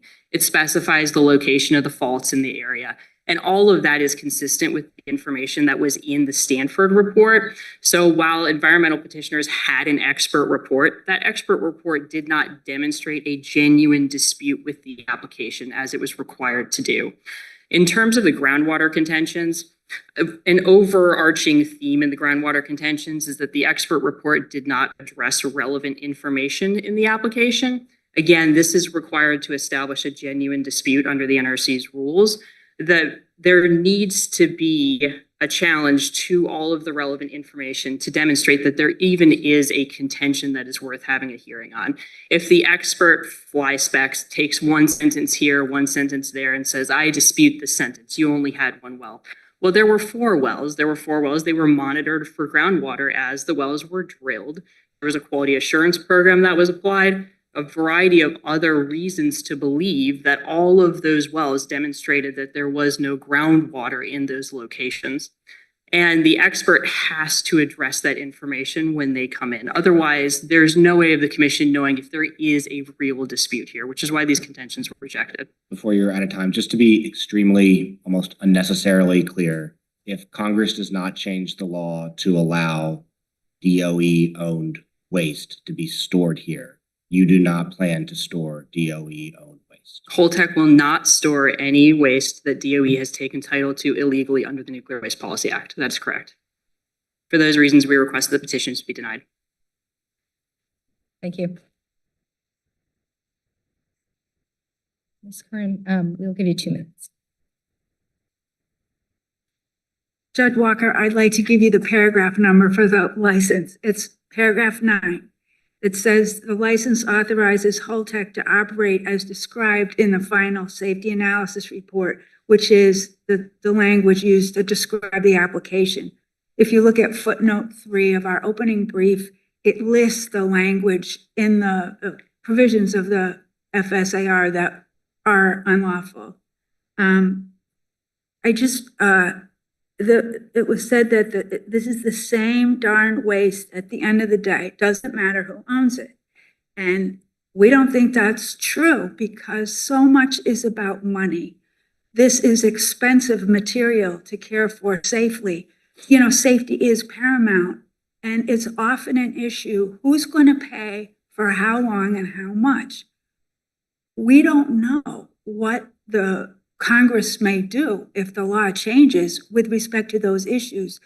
We want our right to be heard, and that can only happen if Holtec is forced to wait to apply for a license or a license amendment, because we could have a license now. That same argument would apply to any contract with a private reactor, right? Everything you just said. You won't get another chance to talk about who's paying for how much. And instead, the recourse will be to make sure that Holtec is following the provisions of the license, right? Right, but the devil is in the details in the license conditions, which we would want to, say in the PFS, the private fuel storage division, once we knew what was Congress going to provide for in terms of funding, then we could ask for license conditions to make sure that the commitments were adequate to cover a very large quantity of spent fuel to be stored for a very long time. That takes place in the licensing proceeding. Once the license is issued, I think Mr. Averbach made it pretty clear, we have no rights anymore. The NRC is on its own to decide whether and to what extent to enforce the license. And in just one more comment about the Aiken case. That was a case in which I think the NRC was described as defiant. And we think that that applies here too, because right at the outset of this proceeding, we asked the NRC to send this license application back, ask Holtec to take out the unlawful language, and, you know, have an application that is the traditional private ownership of spent fuel. But the NRC refused and continually. Thank you very much. Thank you.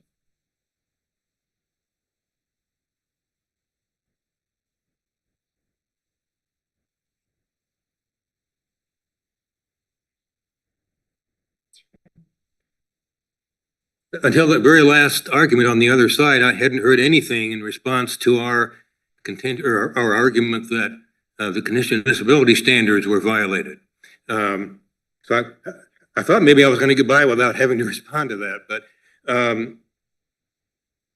Ms. Legg, I think, made a statement that really explains what we're dealing with. She said our groundwater expert should have requested information.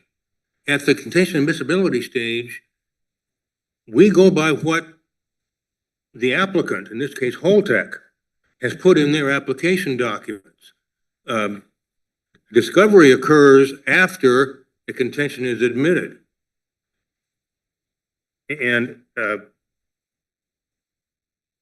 that's why we feel that the agency violated its own contention of admissibility standards.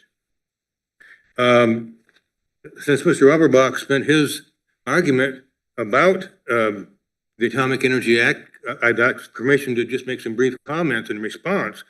The Fifth Circuit in Texas versus NRC went through all of that and explained in detail why the Atomic Energy Act does not give the agency the authority to license. The circuit, that's the Fifth Circuit, right? Okay, thank you.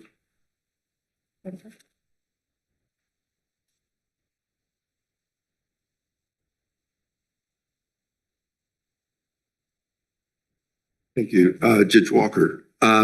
So we talk about it in a number of places. In our brief, the statement of issues presented obviously deals with reasonably anticipated future extraction operations and selection of Holtec. In addition, on page 16 through 17, we talk about the information was material to the required findings needed to satisfy the NRC citing. I will say that because of the word limitations, we reference other materials like our contentions, where we talk about it in greater detail and where the affidavits appear that I cited from earlier. But most important, and this goes also to the comment about materiality, the NRC staff agreed that contention 2 would be admissible in part to the extent that Fasken challenges the application's description of Holtec's control of mineral rights, including oil and gas extraction underneath the site. It has proffered an admissible contention, specifically by identifying what it asserts are material inconsistencies and potential inaccurate statements in the application that directly bear on the analyses. And it also goes on to say, Fasken has provided the necessary threshold support for its dispute with Holtec's purported ability to control and limit future oil drilling and mining beneath the site.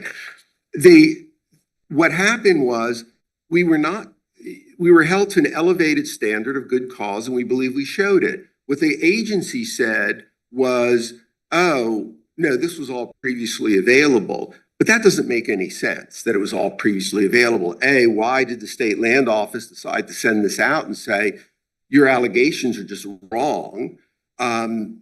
How would we have known anybody lies? You don't walk into these applications and assume somebody is lying about controlling all of the minerals. And frankly, Colleagues have no further questions.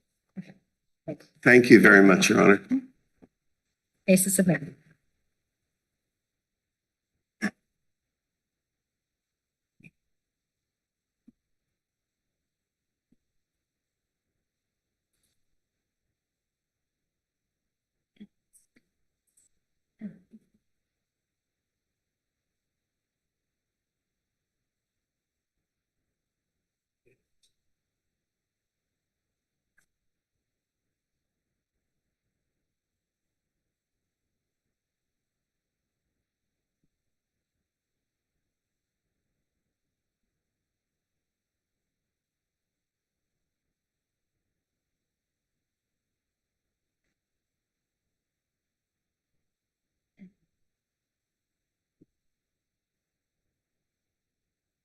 Case number 23-7064. TIG Insurance Company, a successor by merger to International Insurance Company, an international surplus line insurance company, Appellant, versus Republic of Argentina, a successor to Caja Nacional de Ahorro y Seguro and Caja Nacional de Ahorro y Seguro. Mr. Bravin for the appellant, Ms. Ramamurthy for the appellees.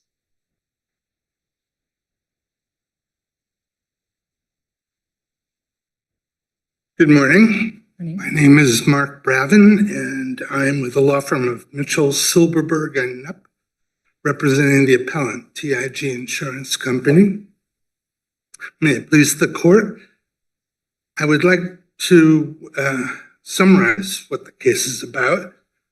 Simply put, it's about the interpretation and application of the two FSIA jurisdictional exceptions, the waiver clause and the arbitration exception. And as an issue of first impression for this circuit, how do those two exceptions apply in the case of a sovereign successor to a sovereign entity that entered into a contract with clauses that are generally recognized as waiving immunity? I want to start with the status of CAJA when the reinsurance contracts were made. Putting aside exceptions to the FSIA, CAJA would not have been entitled to sovereign immunity at that time, correct? That's correct, Your Honor. By accepting a contract governed by U.S. law, Right. and the U.S. forum, their immunity is waived. And with regard to the alter ego theory, I take it that you could either get there through an agency argument or through a fraud and justice argument. I know you have an agency argument. Are you also making a fraud and adjustment argument? Yes, Your Honor, we are. At the time that Argentina, through its resolutions, began the process of extinguishing the life of Caja, liquidating it, it expressly put out in resolutions that it was taking over the assets and liabilities. I thought that the alter ego, I could be wrong, but I thought the alter ego theory looks at what was the status of CAJA at the time the reinsurance contracts were made, which would have preceded the resolutions in the 90s and 2000s. Yes, So Your are you Honor. saying there was any kind of fraud or injustice going on with regard to the relationship between CAJA and Argentina at the time that the reinsurance contracts were made? The fraud and injustice manifested itself when Argentina backed away from the obligations that Caja entered into in those contracts, obligations to receive the premiums, invest them, and have a reserve to apply to claims. And so those benefits were retained, and there was no effort by Caja to pay. I understand that argument. I think that you said at some point in the district court that CAJA was, quote, vested with decision-making autonomy and endowed with its own capital. So, I mean, that doesn't sound like an alter ego relationship. If that's all that there was, then I would agree with Your Honor's assessment. But in fact, from the very outset, the government of Argentina created Caja not just as a shareholding interest, but as an entity that was controlled by the government. What's your example of, like, an example of when Argentina actually exercised the kind of control over CAJA that is not typical in a parent-subsidiary relationship? So the clearest example is when the government decided that it would direct Caja to enter the life insurance business and insure all government officials at a certain level and above, and dictated the price at which that insurance would be offered, dictated the circumstances in which those policies would be applicable. That's the information you submitted with your motion for reconsideration, right? Yes. Okay. And was there a reason you couldn't have presented that earlier? Sorry? Your Honor? Is there a reason you could not have presented that same material with your opposition to the motion So- to dismiss? No, we could have. This case proceeded in stages, in part because we believed and urged the district court to apply the successorship principles under the common law. And it was only after the court issued its opinion that we realized that the district court was missing these factors. And so we amplified the record, and the judge said, too late, I'm not going to consider that evidence. So can I ask you to move to the arbitration exception?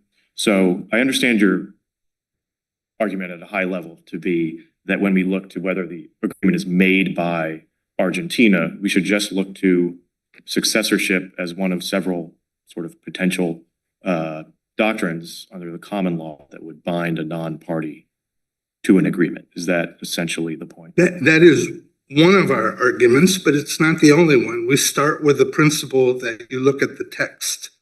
And in this case, the text uses a general term borrowed from the common law, made by.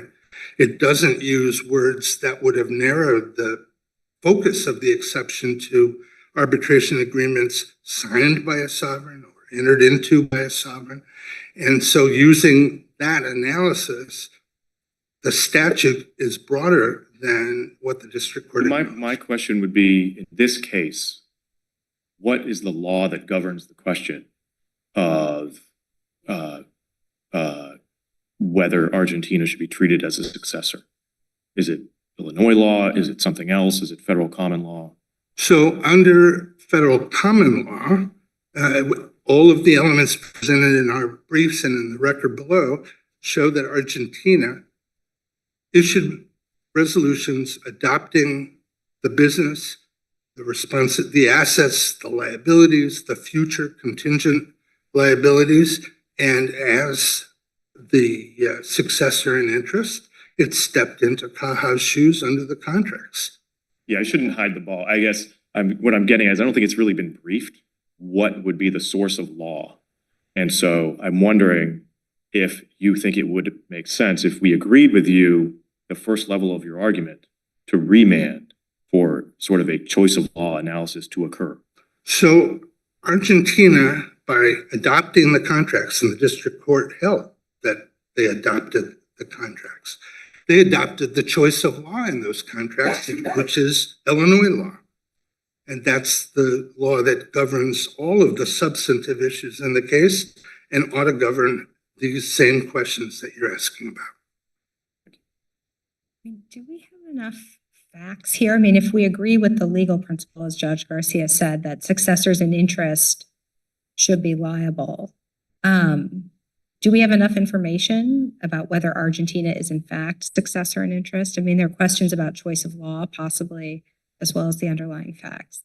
Yes, Judge Rowley, you have enough in the record to show that under U.S. law, which is applicable to the contracts, Argentina's resolutions need to be read as adopting. We have no briefing on Illinois law. You said Illinois law governs the question of successorship. We don't have any briefing on the content of Illinois law and how the facts here would apply under Illinois law. That's correct. And we don't rely on statutes for the successor in interest point here. We rely on the facts. And that's why we pointed to General Starr as a premier example, not the only one, but one that is exactly following the facts that we have. The Sixth Circuit did not rely on statutory law. It relied on common law. And that's what we are asking this court to do. And under the common law principles of taking over the business, which the district court missed, a business that continued with respect to incoming claims that had to be paid, by taking over the assets and liabilities and promising that it was taking over the future contingent liabilities, Argentina became the successor under the common law principles that apply here. You mean federal common law principles? The Supreme Court has said that the common law from the states can be applied in a federal case. And there's obviously been debate about whether there is a federal common law. I don't think it's too much to ask that you identify the source of the common law you want us to apply. It could be federal common law, it could be Illinois common law, it could be Timbuktu common law, if that's your argument. But what common law is it that you're... So the common law of contracts, of assumption of contracts, of successorship to contracts, those are all principles that apply across the nation in cases where a foreign sovereign has taken over the responsibilities of a lower level entity. Is that federal common law? The cases don't identify, they simply articulate. I thought you had taken the position that it was Illinois law, Yeah. because I'll tell you, if you try to look, states approach these concepts differently. It's not uniform. And the point would just be that maybe it's Illinois, maybe it's Argentine law, but we don't have before us, and maybe it hasn't really been briefed, what the right answer is. I think in part, I answered the question by saying we're not relying on statutes to establish successorship. We're relying on how the common law has assigned responsibility for an entity that takes over the contract that has these. Can I try it another way? Yeah. I think your opposing side can win even if you are a successor in interest, if we buy the rest of their arguments. But I think in order for you to win, you have to show you are a successor in interest. And in order to show that, you need to identify for us the law that applies. And I think at this point, we could write an opinion saying you haven't met your burden because you haven't identified for us what law applies to show you are the successor in interest. In that event, this court would be going against all of the cases that we cited in our brief where the party that signed contracts with an arbitration clause, with recognized implicit waiver clauses, passed those waivers and responsibilities to their successor without. Unless my colleagues want to ask more, and I'm going to move on after this question, but imagine this sentence is in our opinion. TIG did not identify the source of common law that should apply. Correct statement? Partially. We identified the principles. We didn't tie them to a particular state. TIG did not identify whose common law. Whose common law. That would be correct. That would be correct. Okay. Can I ask more on this? May I add just one other issue, which is in our briefs? All of this goes away if the court recognizes that Argentina is not entitled to raise these questions in this appeal because it waived them implicitly by litigating for 2 years on papers where we said. What was the responsive pleading that they filed that would have triggered the waiver? In this type of proceeding, it's not a pleading, it's a response to the petition. And the law in this circuit, going back to McKesson versus Iran, is that you look at the reality of what's going on. And in that case, this court said, what Iran filed without asserting sovereign immunity cannot be subject to the typical rules, because in that context, they weren't expected to assert sovereign immunity. But here, in our petition for enforcement, we laid it all out. We said, in case Argentina wants to raise jurisdictional immunity, here are all the reasons why, and it just ignored those. Just briefly on this, all the arguments you're making are about Argentina's litigation conduct in this litigation. Correct. But I think the question before us is whether the Northern District of Illinois had subject matter jurisdiction in 2018. And there's nothing to point to before that would be an implicit waiver of this kind, right? Argentina never filed anything. That's correct. But for the 2018 judgment, the court had an arbitration award against Argentina, and the court's mandate under US law was to consider whether under the New York Convention, which Argentina is a party to, whether this arbitration award should be enforced and should be confirmed, recognized, and enforced as a US judgment. And it made that determination. And that's why that court had jurisdiction. Do you agree that in this circuit, subjective intent is required for an implied waiver?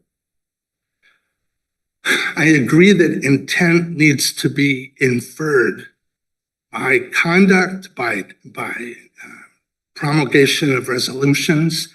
You don't have to get into the mind. There is no mind. Obviously, there's no way to read Right. a person's mind, but when I read subjective intent as the district court used it, I take it to mean that there needs to be objective indications of subjective intent. You know, we do this all the time with like mens rea with a criminal. It's not like we have to read the criminal's mind, but if there's objective indications of a mental state, then that's enough. And here, I think the district court was saying there have to be objective indications of a subjective intent to waive. And I guess, do you agree with that standard? I do. And this court has recognized Did General Starr? Excuse me? Did General Starr make any inquiries into subjective intent? General Starr followed decision law, which includes in this circuit, such as worldwide minerals, that the issuance of, in this case, decrees saying we're taking the business, that is evidence of the intent. When Caja signed contracts that had typical examples of accepting foreign law, foreign forum, it didn't say in the contract or anywhere else, we intend to waive sovereign immunity. That's inferred from what it did and what it said. And that's what we're asking this court to do here, is to infer from what Argentina did in the resolutions to say it demonstrated sufficiently that it intended to take the contracts with all of their provisions, including the exceptions that have been recognized by this and every other court. Thank you.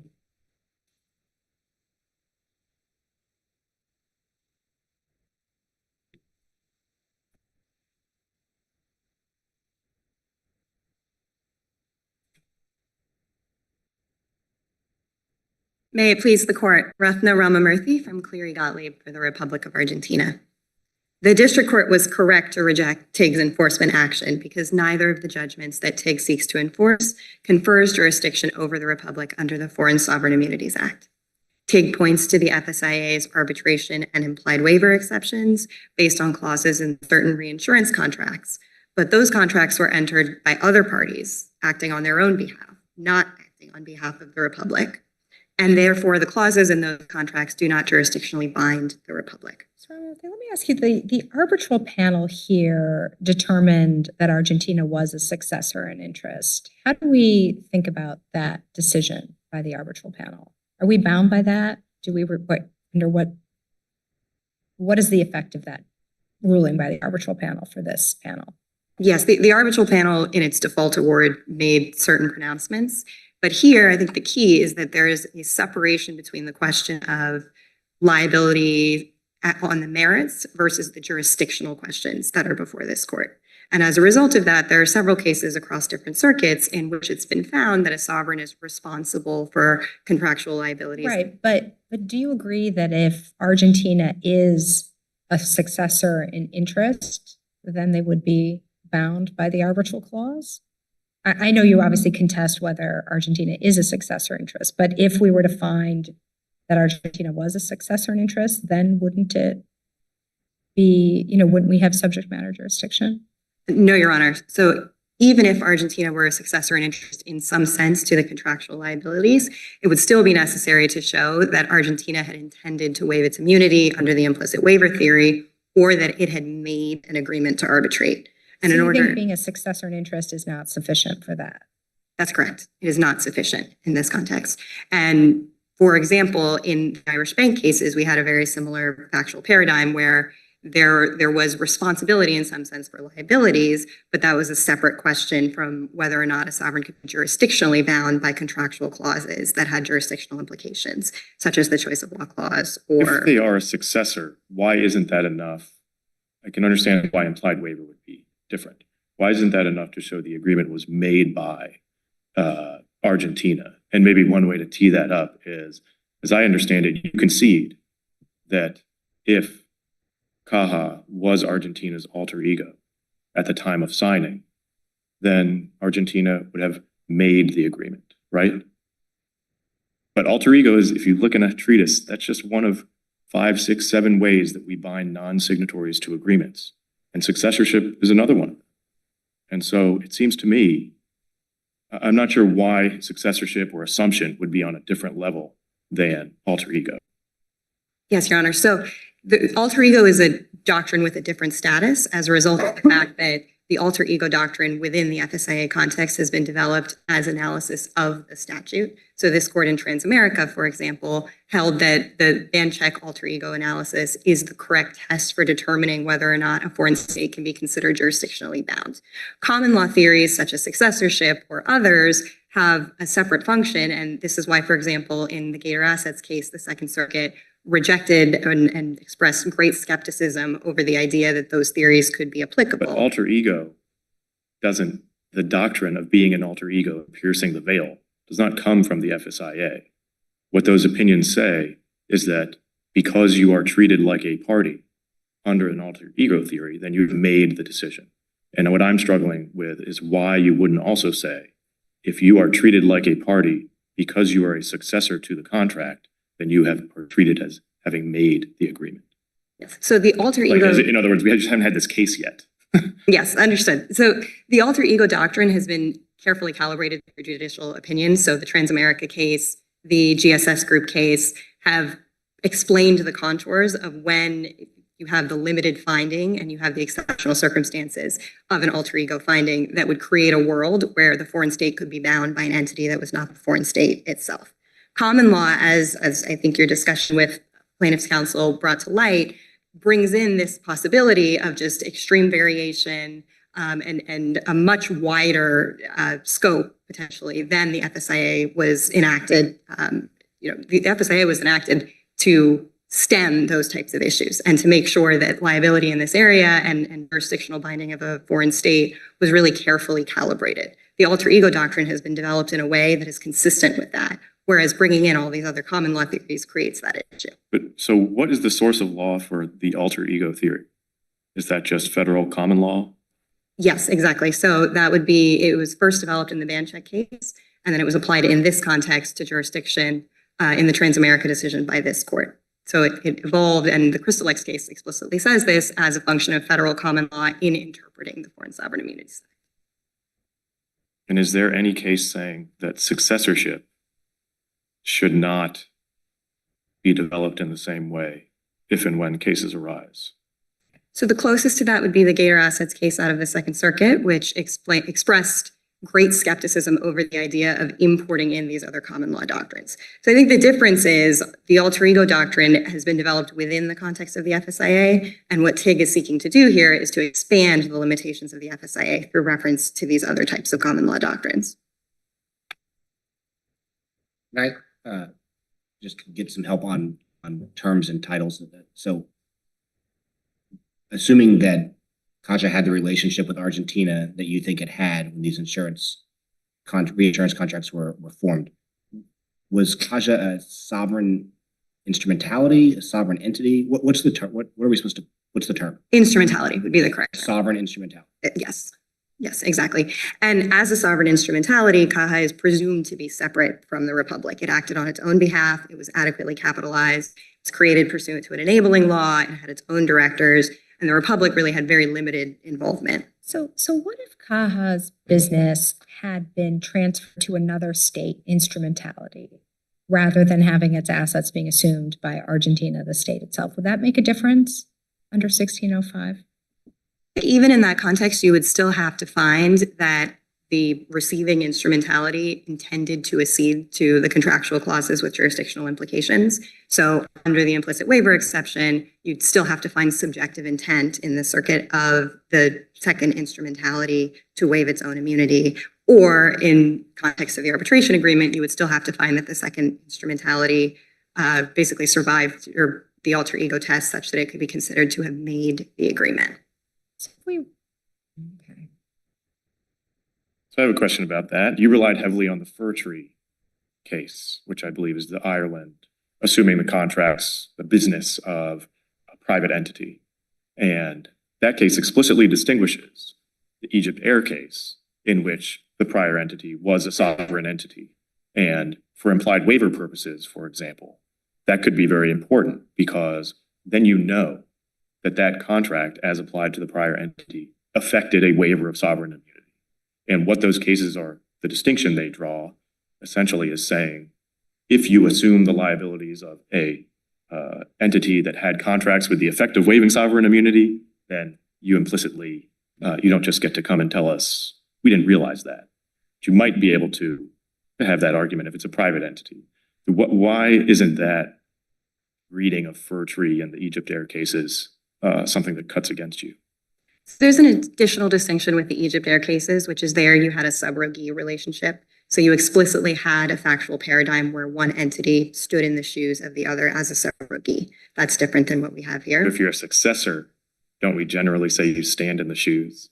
We don't have like the facts or know what law to apply to make that determination, but I'm pretty sure that in any case where you say you're a successor or you assume the liability of another party under a contract, that means you stand in their shoes in the exact same way.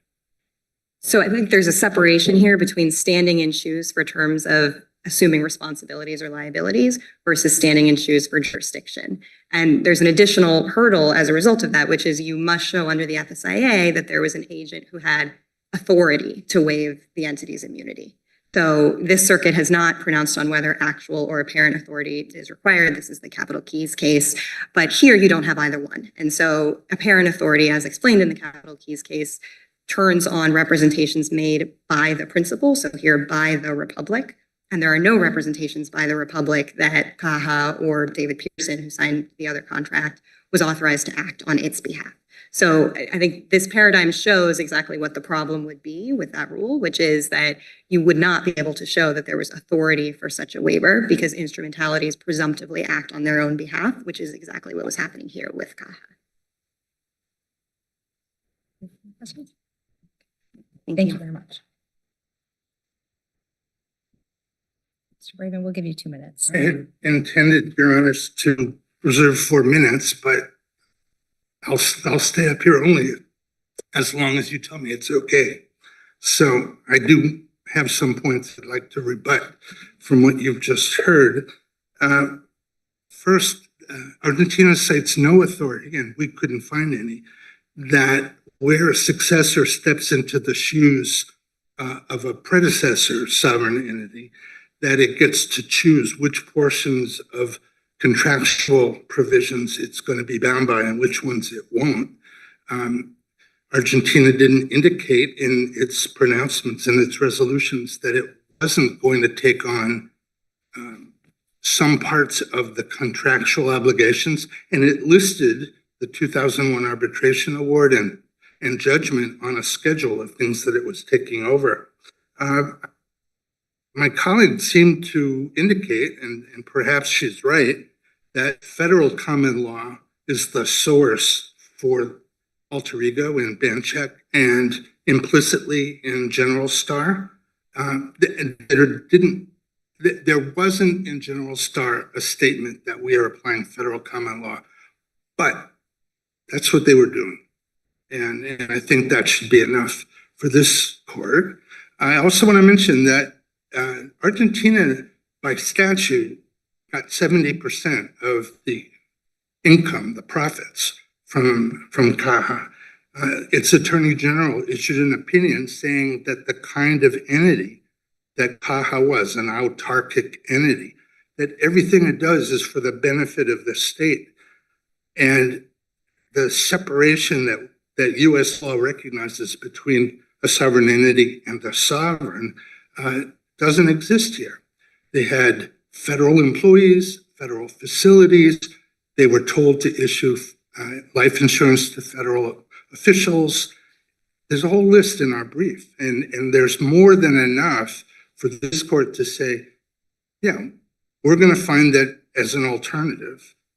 Caja and Argentina were alter egos from the outset, from 1979, not just at the time of the arbitrations. Thank you. And then finally, I see you're out of time, but if my colleagues have any further questions.